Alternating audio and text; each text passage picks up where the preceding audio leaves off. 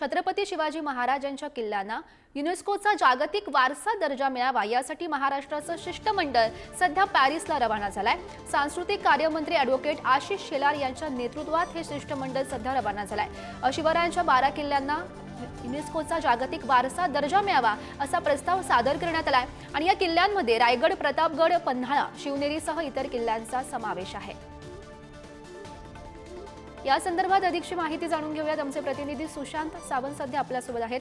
सुशांत, गौरी, आपण जर बघितलं असेल तर छत्रपती शिवाजी महाराजांच्या किल्ल्याला युनेस्को जागतिक वारसा दर्जा मिळवण्यासाठी खरं तर महाराष्ट्र सरकार मागील काही दिवसांपासून प्रयत्नशील आहे आणि याचसाठी सांस्कृतिक कार्यमंत्री आशिष शेलार यांच्यासह 4 सदस्यांचं शिष्टमंडळ जे आहे ते आता पॅरिस दौऱ्यावर गेलेलं आहे। 22 ते 26 फेब्रुवारी या 4 दिवसात खरं तर पॅरिस फ्रान्स दौऱ्यावर हे संपूर्ण शिष्टमंडळ असणार आहे आणि आपण पाहिलं असेल तर यामध्ये अप्पर मुख्य सचिव विकास खरगे, पुरातत्व वास्तू संग्रहालय संचालनाचे उपसंचालक हेमंत दळवी आणि वास्तुविशारद श्रीमती शिखा जैन यांचा देखील समावेश आहे।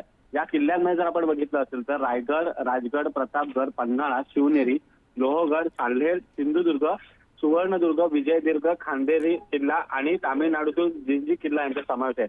त्यामुळे आता खरं तर हा 4 दिवसाचा दौरा आहे आणि त्यानंतरच आपल्याला सविस्तर याची माहिती देखील आशिष शेलार देणार आहेत। हो, नक्की सुशांत, धन्यवाद दिलेल्या या सविस्तर माहितीसाठी।